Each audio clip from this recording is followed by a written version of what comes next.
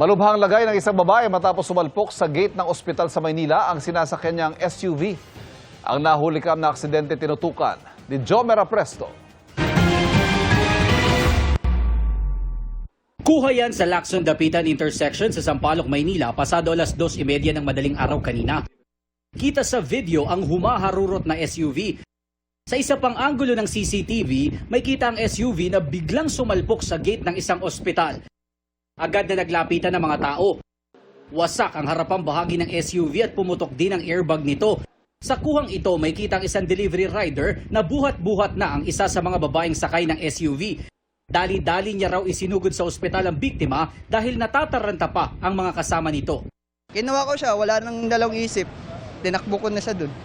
Wala silang pakialam kasi sa sobrang taranta po. Yun na po. Nakausap pa raw niya noong una ang biktima bago nawalan ng malay sa ospital.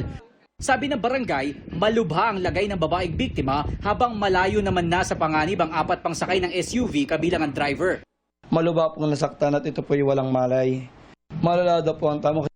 Mabuti na lang din at walang tao na naglalakad noon sa bangketa na posibleng nadamay din sa aksidente.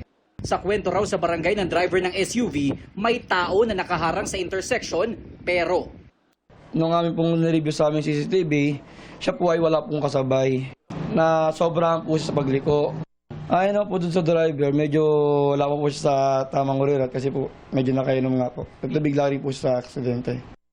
dinala sa Traffic Enforcement Unit ng Manila Police District ang driver ng SUV para maimbestigahan. Para sa GMA Integrated News, Jomer Apresto nakatutok, 24 oras.